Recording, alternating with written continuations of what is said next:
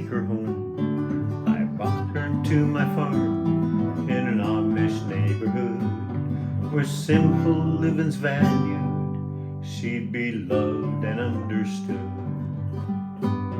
I put her on a treadle stand and coaxed her wheel to turn. I felt her joy and easing with my study and concern. I cleaned her and I oiled her, showed her off to all my friends, repaired the hurts of years, and let her sew again. Hello everybody, welcome back. So I am working on this 27 that I took apart last time, and I'm going to be masking her off. There are a few pieces that didn't need masking. Well, actually two.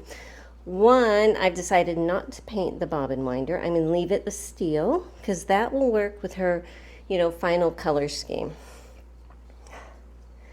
Also, the belt guard that goes right here and that bracket that the motor was mounted on, that's in there to get painted.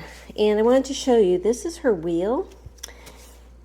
And there was no plating or anything on the wheel, and it was pretty rusty.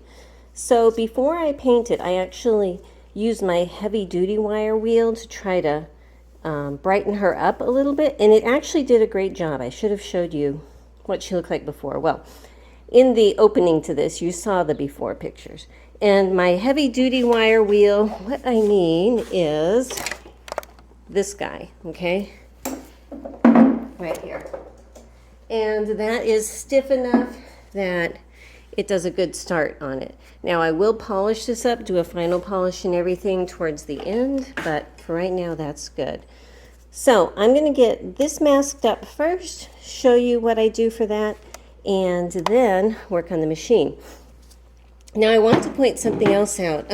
I actually stripped this machine, and I had to wait actually several days before I could get to this step because I had too many other things going on in this shop and it was getting out of control. I had to wrap some stuff up.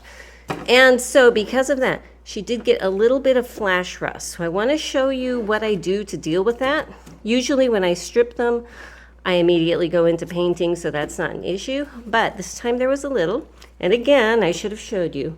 But I have a jar. It's been painted, of course. And it has some evaporust in it.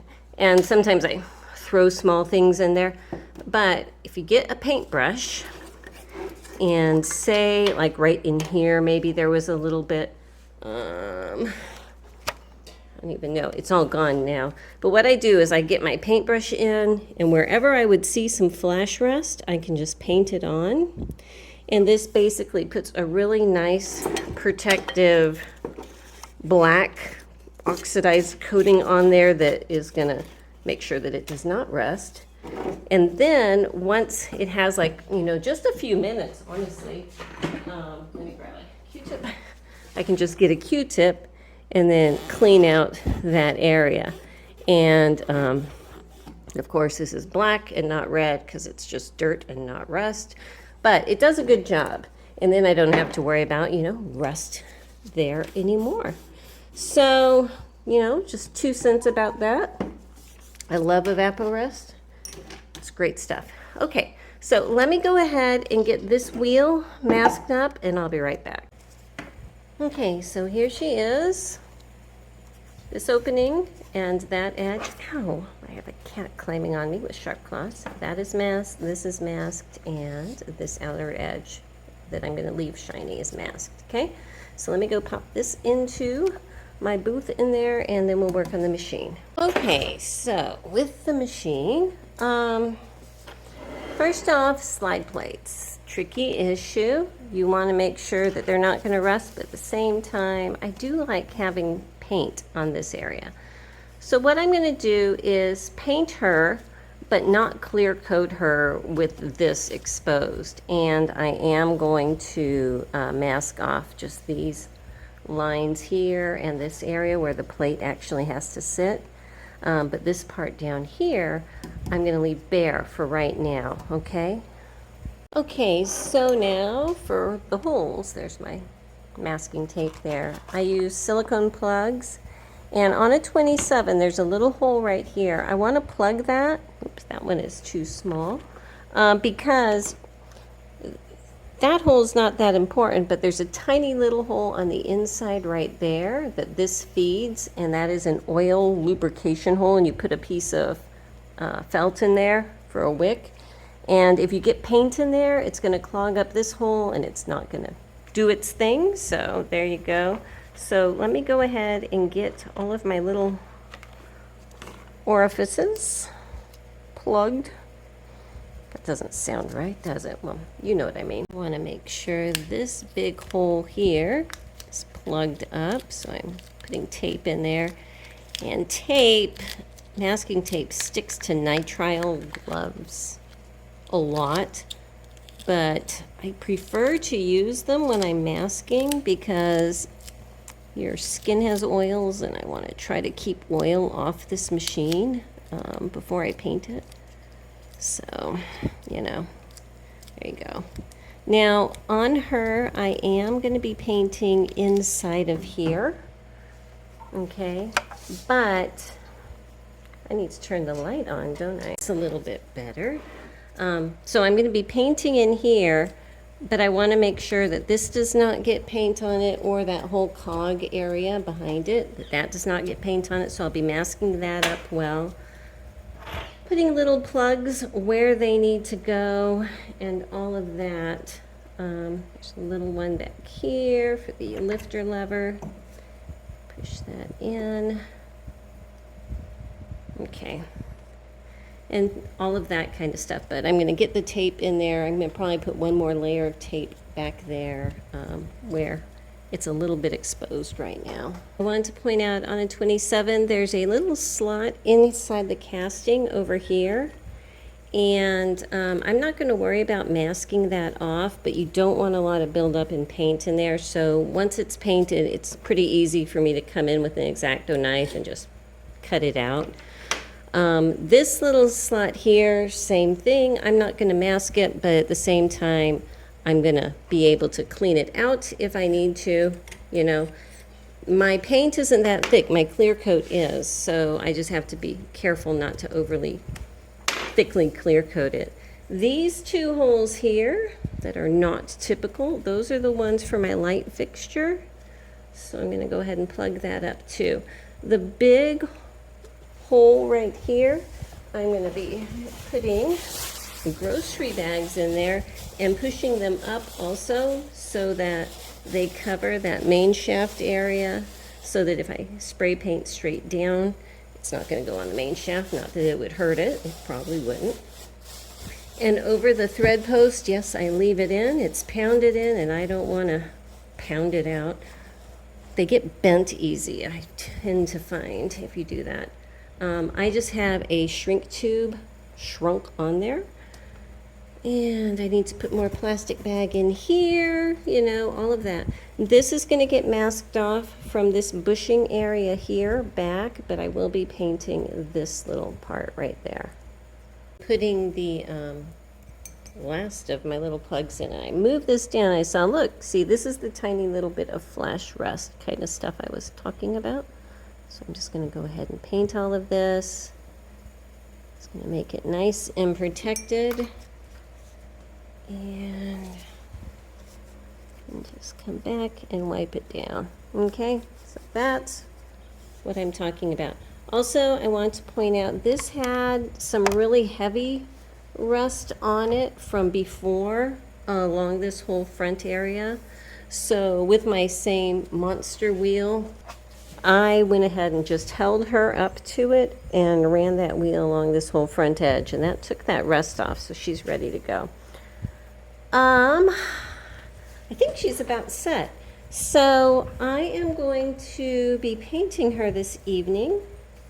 But before I paint her, I want to give her another wipe down, both her and all of her parts that are already in there. And I'm going to use cleaner and a clean cloth.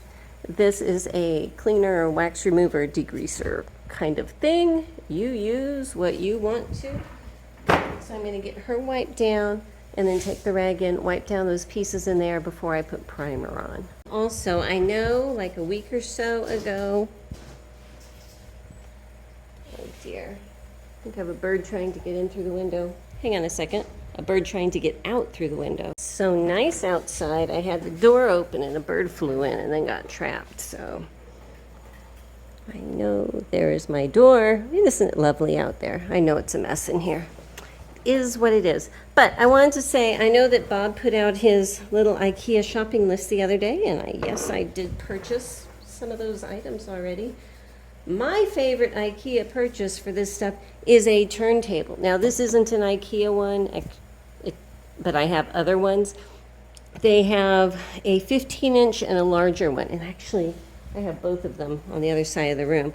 But they make life so easy. Just, you know, if you want to, that's my IKEA recommendation. So, all right, let me go ahead and go in and get them primed. Okay, so I've got my first primer coat on, and I want to show you what I'm using. So basically, if it's anything except cast iron, I use a self-etching primer. Just is what it is. It makes things stick. Usually I use just a plain filler primer, but I got this one this time. Just wanted to try it out. It's coming out really nice, so I might switch to the 2-in-1 filler primer. But on cast iron, this is what I use. In general, you can also use this on cast iron. And I have a separate pair of glasses for painting, just so I don't get paint on my good ones, you know. I find that handy. And I don't go overboard with primer. I find that if you're trying to make a cast iron machine perfect and smooth, like an aluminum machine, to me, that is a road to disappointment, because you have to put so many, you either have to use a lot of body filler or a lot of layers and sanding and layers and sanding of filler primer. And to me, the individual cast etchings and where you can see that they machine the machines, I like that. It shows the character of the machine. So in general, that is what I do. Now, aluminum machines is a totally different issue. That is a featherweight, a 301, something like that. You know, they're aluminum and they're perfectly smooth. So it's a totally different ball game for aluminum than cast iron. Of course, everybody has their own opinion. So just because I do something my way doesn't mean you can't do something your way. I start out, as always, with my machine tipped up and spray the underneath first and then bring it down. This, as you can see, is a darker color because that is the self-etching primer. And here we go. So after 15 minutes, this should be dry enough to the touch that I can make sure that everything is smooth. Take my tack cloth over it, make sure there is absolutely no dust because, you know, dust happens in the layers. So I can make sure that that is clean and everything before I put her color coat on. Okay, I wanted to show you, she is a very healthy pink right now. We are going to be coming over with a pearl coat, so it's going to lighten up a bit. This color is called Sweet Pea. It's a lovely color. But yes, all of her little parts are also that lovely pink for right now. When I put the pearl on, I'm going to wait about 15 minutes for that before I put it on. But it's going to lighten it up, give it a little bit of a mistiness, which I really like. Okay, she has her final pearl coat on, so I'm going to leave her to dry. And I'll probably come in and check on her tomorrow. It's probably going to be a couple days before I get her decals on. But she is looking lovely, very lovely. And here's the back side of her wheel. So I hope you can see that pearliness. It's basically the color of a pink pearl, if you know what that looks like. This is kind of like what she looks like. I know that the cameras and lighting don't always give a true image, but that's what we've got. So this is going to be it for tonight, and I will see you on decal day. Hello and welcome to the next day. So first I want to show you, this is how that pink is coming along. It's beautiful. I need to put that back so it can finish drying. But I've been cleaning parts all morning and I need to take this apart so I can clean it. So I figure I'll turn the camera back on so you can see. So the first thing I'm going to be taking off is this part down here. I need to change my bit. Look, I cleaned my Chapman bit plastic thing this morning. It was so gross. I just had to do it. So feeling proud of myself there. It's the little things, you know. So I'm going to pull this follower arm over and see if I can just, well, that turned very easily. Yay.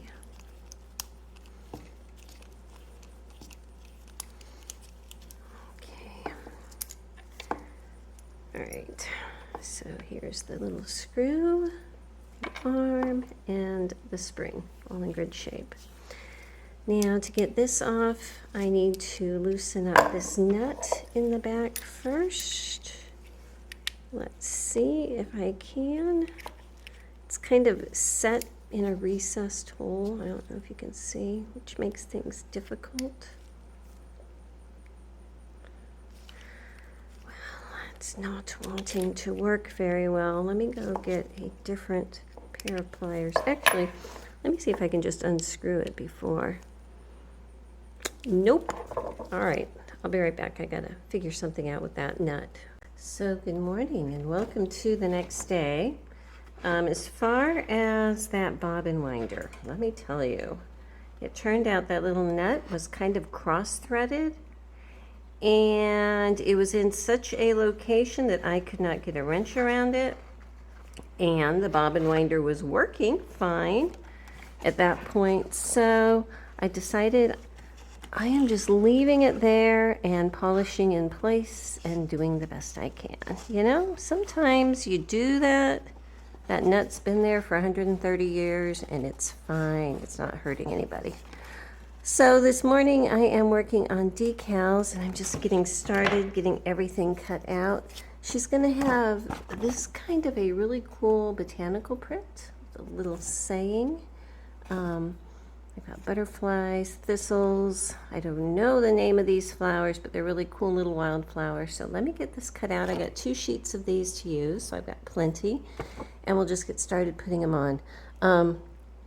Before I actually clear coat her, I will be double checking to make sure that all of her little plugs are free, that they are not, you know, overly painted and everything, and there's not any problems at the edges before I put them back in like that. So anyway, let me finish getting this cut out.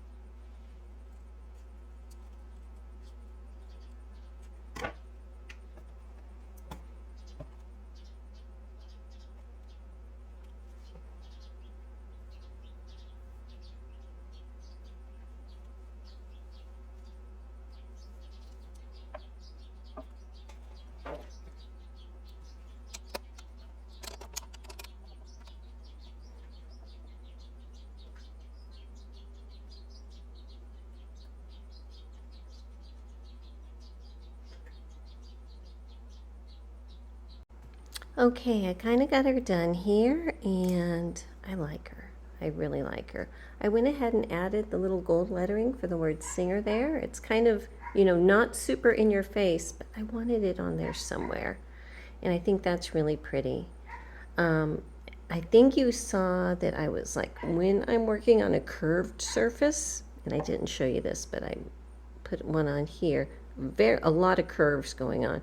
I cut into the decal so that it's almost like fingers that can then overlap and spread out and everything, and that works really well for me. So I'm just going to leave that here so it can dry. I'm going to let this dry overnight. I want all of the water that might be trapped underneath these decals to have time to evaporate before I clear coat it. So you can see I didn't put anything here because that's where the bracket and the motor is going to be. And up here, that's where the light fixture is going to be. So, I didn't want to cover that up. But I think it's really cute. I actually have 2 more little butterflies here that I might sneak on there. But that's her. She's really pretty. So next time we'll be clear coating her. Hey, welcome back. It's been a couple days. I wanted to show you, I did not show you me taking the motor and everything apart. I just did not feel like turning the camera on, but the housing is painted and I am going to throw a decal on it just because it's going to be visible. And I just finished clear coating the machine, so let me take you in there. I'm going to need to let this stuff dry. Actually, I'm going to be going out of town. My daughter's getting married this weekend in another state, so I'm going to be driving there. So this is going to have plenty of time to cure, but I hope you can see she does have an amazing shine to her. Very lovely. And so when I get back, I will be starting to get her put back together and everything. So that's pretty cool. Let me show you one more thing, but no, I'm not going to show you one more thing. So anyway, there she is. I hope you've enjoyed her, beauty parlor treatment here. And next time we'll put her together. Thank you so much for watching. Bye-bye.